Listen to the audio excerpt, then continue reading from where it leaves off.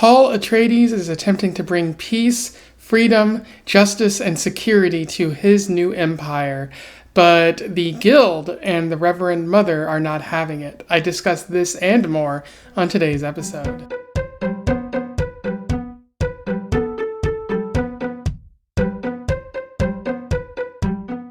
Welcome back to Around the Weird, a booktube channel where I talk about all the unusual and out of the ordinary literature that I've found in my travels. Today, I want to talk about a book that I read, one that is about sandworms and visions and desert planets. I am referring to Dune Messiah, the second book in the Dune series by Frank Herbert, which was published in 1969. Pretty interesting cover right here. I picked this up from a bookstore, I believe, in San Francisco. Don't forget to patronize your local bookstores or your semi-close bookstores, as San Francisco is about an hour and a half away from me.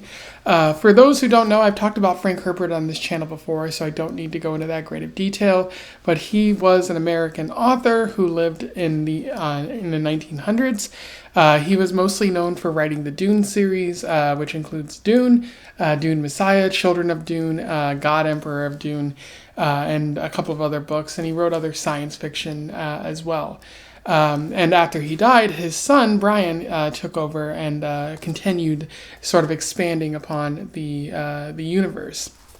And it's a pretty interesting series, although it wasn't really appreciated in its time. Dune, the first book, got ignored when it was first introduced.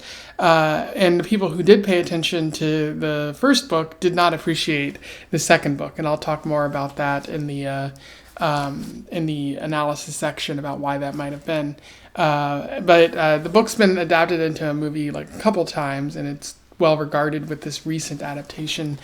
And Frank Herbert also comes off as a bit of a weeb for Arab cultures, as he uses a lot of Arab terms in both in Dune, but also in this one. And that makes sense because he worked in Middle Eastern areas when he was first coming up. So that explains a few things. Pretty interesting author. I should note that I will end up spoiling this in the summary section, as this book is from 1969. So I'm going to recommend it. I'm a bit on the fence, but ultimately I'm going to recommend it. So if you intend to read this, definitely go out and read it now and then come back and, watch the video, have a conversation, and other great things. But without further ado, I'm going to talk about Dune Messiah. There'll be a summary, a little bit of analysis, and we will move on from there. So Dune Messiah takes place about 10 years after the end of the previous book. Paul has become the emperor, and a galactic jihad has started. The Fremen are going into space, conquering other worlds, and taking down other houses. The Bene Gesserits aren't very happy, as they've kind of issued a war against Paul Atreides, because they wanted control of the Kwisatz Haderach, and unfortunately, Paul refuses to let them have any control. And at the start of the book, we see that plotting has taken place against Paul Atreides. The Bene Gesserits, as well as the Guild, who wants control of Arrakis, have all kind of launched a plot to kill him in some way. It's very convoluted. There's also a person named Scytale, who is sort of an assassin who's set on killing Paul. And even Princess Irulan wants in on this, as she wants control of the throne in some way. And we do find out that she also wants an heir, and it seems like she's willing to betray this conspiracy as long as she gets her way, gets her child on the throne in some capacity. And it's clear Paul's really only staying with her to give the illusion that he has legitimacy to the throne, but it's clear that he wants to be with Chani instead, who he's trying to have a child with. We see Scytale throughout the story killing people in order to take their place, because he's a face dancer, a shapeshifter of sorts. He's trying to get close to Paul. We also see that Duncan Idaho has been resurrected by the conspiracy in order to get closer to Paul again. He's a Gola, which is a form of like an undead reanimated person. He's going by the name of Hate, though, but through the story we see he's reconnecting with his Duncan Idaho persona. The guild visits Arrakis at one point, which seems to be for show, as they're clearly still not happy with Paul. And at this point, Paul does a bargain with the Reverend Mother. As long as she gets gets away from him and doesn't try to kill him, he will give her his seed so that they can artificially inseminate like Irulan or somebody else, which the Reverend Mother never really accepts, although she is tempted to. It's clear they also want his money. So that he doesn't have the support anymore, and they can begin the spice trade somewhere else. In addition to this, we also find out that Chani is pregnant. Unfortunately, she's dangerously pregnant. She's hiding the fact that she's going to have twins from Paul, and she notes that she's been given a contraceptive by Irulan, who didn't want her to get pregnant. And this results in her most likely going to die during the pregnancy. We also see that Paul's visions are becoming more unclear. He doesn't really know what's going to happen or how he can move toward a path that doesn't result in a total destruction of the galaxy. And this is made worse by the fact that he discovers that some Fremen are dissenting and some are plotting to kill him along with the guild and other such parties. While he's investigating a lead, Paul finds himself blinded by atomic weapons, and he's still able to navigate his surroundings because of his vision powers and whatnot. But this only increases the awe of the Fremen, who view him as a god of some sort. And then at that point, Chani gives birth in a quickly accelerated birth process. They go out to the desert to sort of be alone on this, and she ends up dying as a result. But Paul now has a son and a daughter. At this point, Scytale shows up once again and sort of holds the children for like extortion, saying that like as long as Paul like gives up his money holdings and whatnot to the guild and whatnot, Paul will be able to have Chani back by being resurrected as a Gola, and he'll be able to have it. His kids will live as well. But Paul ends up using his child as sort of like a way of viewing the world. It's strange, and Paul manages to kill Scytale as well as another person who had a part to play in this entire plot. And Duncan Idaho kind of reverts back to his normal self, regaining his full memories, rather than just being a simple Gola, which is viewed as sort of magnificent in this story. And at this point, after killing those people and having the children, Paul finds that the psychic link has broken, and that he's no longer able to sort of weave the thread of prophecy anymore. And he's kind of like powerless against this oncoming jihad, and he just kind of exiles himself to the desert, roaming about and not really being able to participate in this royal society anymore. That he's kind of just done and over it. And at that point, Alia ascends to the throne. His sister, who's been sort of a religious figure throughout this entire story, who we saw like his mother gave birth to Alia, and she kind of retained memories of the mother and had an accelerated growth rate as well. And with Alia in charge, things look a bit unclear, and it's uncertain what's going to happen with the Fremen and with Paul's empire, or at least the Atreides empire going forward. In terms of analysis, there is quite a bit worth talking about with Dune Messiah. Although this is shorter than the first Dune book. Like I think the first Dune book was like 500, 600, 700 pages. Messiah is only like 280 or so. It's pretty short, but there's still quite a bit packed into that story. One of the themes that Herbert is focusing on here is that of free will. Paul is trying to make the choices that will lead to peaceful prophecy. He's hoping that there's free will and it's not merely destiny that's guiding him. And he does think that there is a sense of free will because he can control like his visions, or he can at least see what path he's on, like what directions he can head towards that will make sure that death and destruction don't follow. And so in that way, he does assume that he has free will, that he has control over his actions. But as he begins to realize throughout the story, that might not actually be true, that he might be foolishly believe that he can change what's going on, or at least that he can control things enough that he can guide the Fremen and his empire towards a better path. But as a good quote shows, that's not necessarily true. So allow me to read that quote. Could it be, he wondered, that the oracle didn't tell the future? Could it be that the oracle made the future? Had he exposed his life to some web of underlying threads, trapped himself there in that long-ago awakening, victim of a spider future which even now advanced upon him with terrifying jaws? And that's a very good quote, because it gets at the sort of fear that Paul is feeling, that maybe he, the visions that he allowed himself to have at the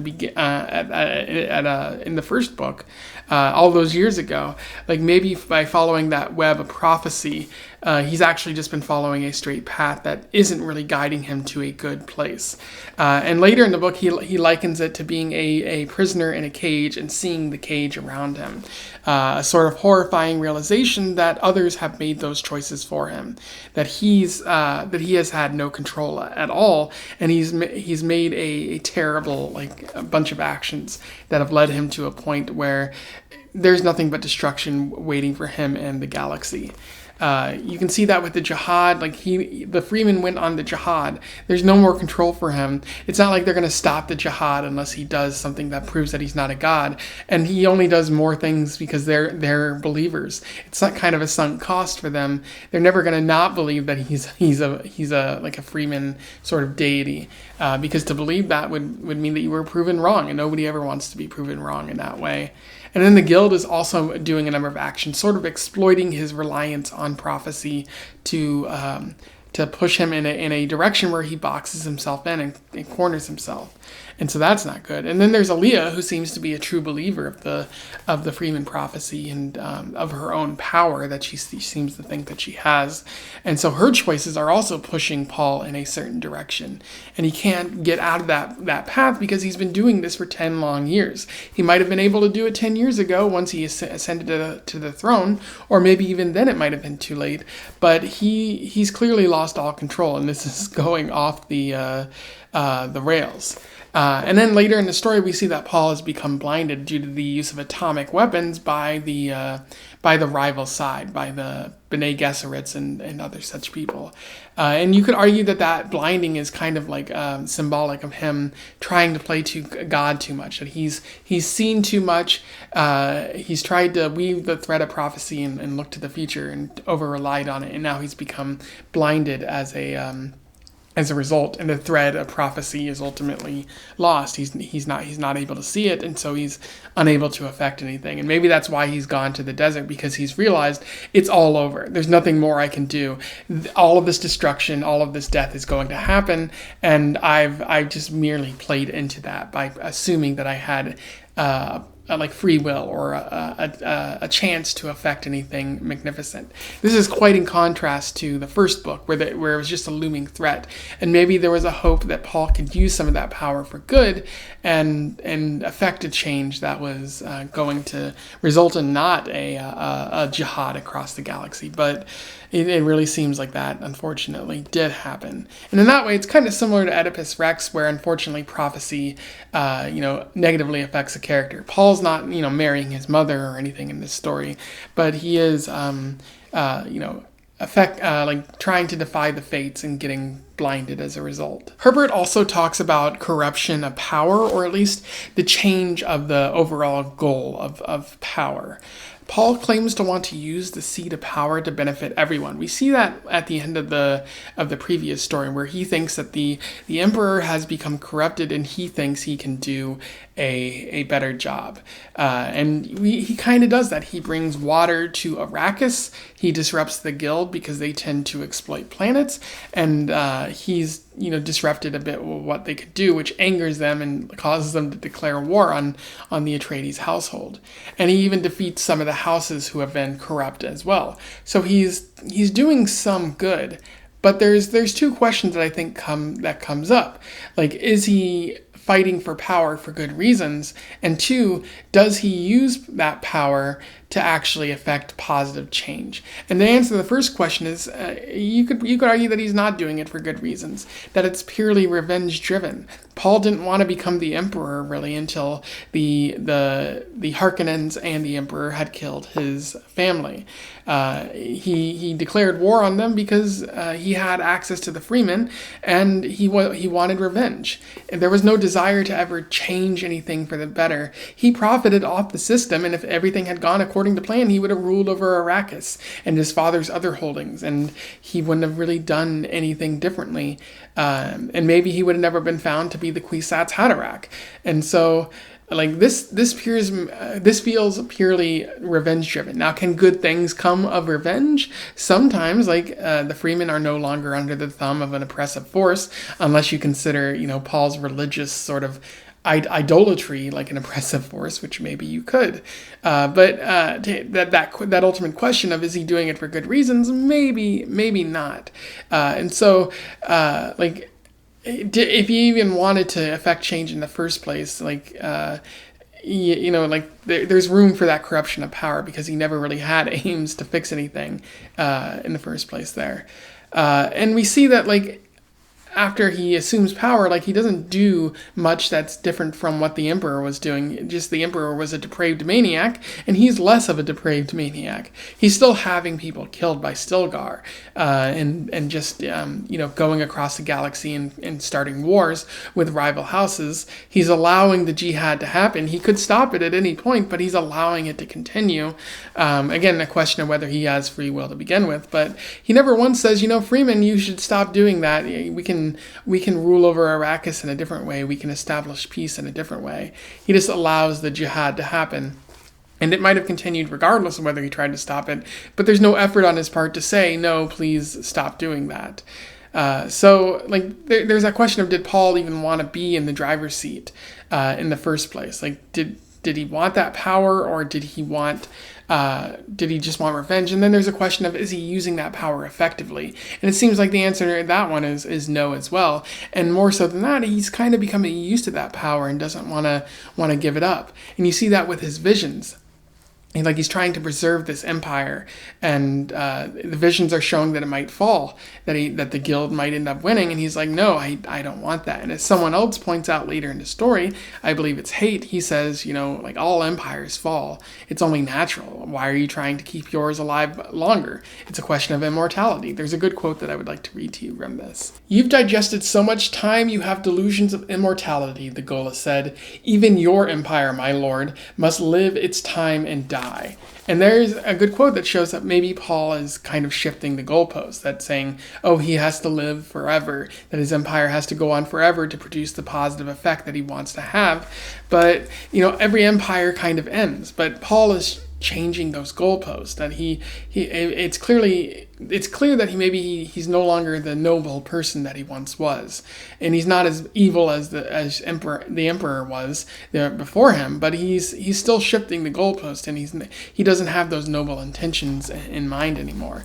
And what's worse is with Eliah's reign, Eliah, who didn't even want the same thing that Paul wants, and is probably a true believer to the cause, and is only going to let the Fremen do even worse, and they're completely loyal to the cause now. With Eliah's reign, no one's going to be able to stop the bleeding. Those with power are going to exert that power even more brutally than before, and no one's going to be able to really stop them or say no to that. Anyone who does try to stop them will be executed. There's a part at the beginning of the story where you see that a historian is put on trial, not by Paul but by someone else, and they're put on trial because they dared to say that, Paul was flawed. And so imagine what's going to happen to anyone else who dares speak out against this empire. It's the total corruption of power. You can't fix the system from within. It only stands to make you more corrupt. And so if Paul wanted to fix anything, he should have just completely dismantled the empire and built something new and more equal and more Fremen oriented maybe in the process. As I mentioned in the introduction, there was that historian framing, kind of presenting the story as a note on why the Atreides empire has sort of fallen, or is no longer what it once was. And just seeing all these quotes about, the aspects of an empire that can be corrupted or something like that. It really frames the story as something tragic. Like, this isn't going to end well for Paul Atreides, even though there was hope at the end of the story. Simply too much time, and people have forgotten the aims of the original empire. And so, of course, all of this nasty, terrible stuff is going to happen. There's also an interesting sort of metaphor that Herbert uses in this story.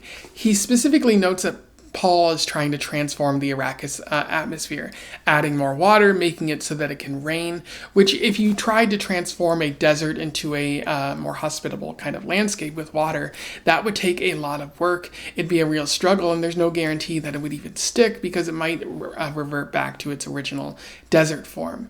Now, also consider that Paul is looking into the future.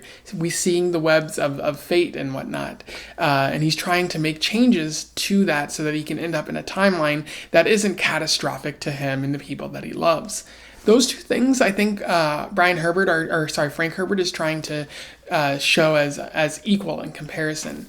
That transforming the Arrakis atmosphere seems like a weird and futile effort, while also changing fate and trying to find a timeline that doesn't result in the destruction of everything. That's just as impossible, or just as weird and futile. And it's a very interesting comparison.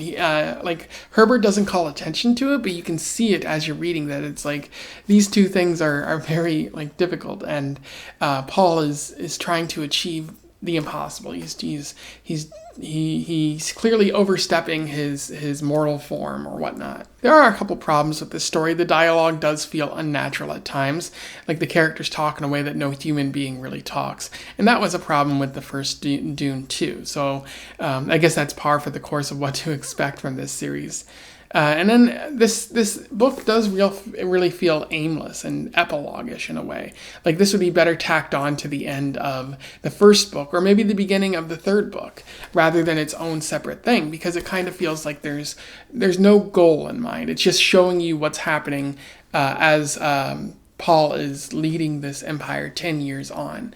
Maybe it would have been more interesting to see 10 years sparsed out and see how those goals shift and whatnot. That would have been certainly a more interesting, more compelling book, and you could have added more to it, because right here it just feels like it's just going along, Paul sort of learning more about this conspiracy and then acting on it and then just going off to the desert.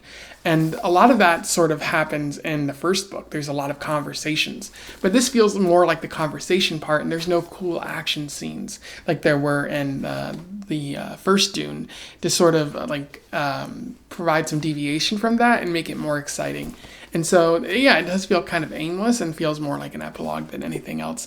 It doesn't really hurt the book, but it can make it pretty boring to most people. And the last thing I want to note is that in the introduction to the book, Frank Herbert specifically notes that this book wasn't well received, much like the first book, although the people who did like the first book weren't as big of fans as the second one.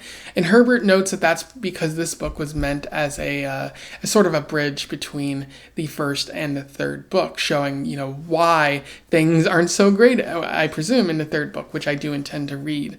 And I can kind of see that. A lot of this feels very maybe inconsequential or maybe aimless, as I said before.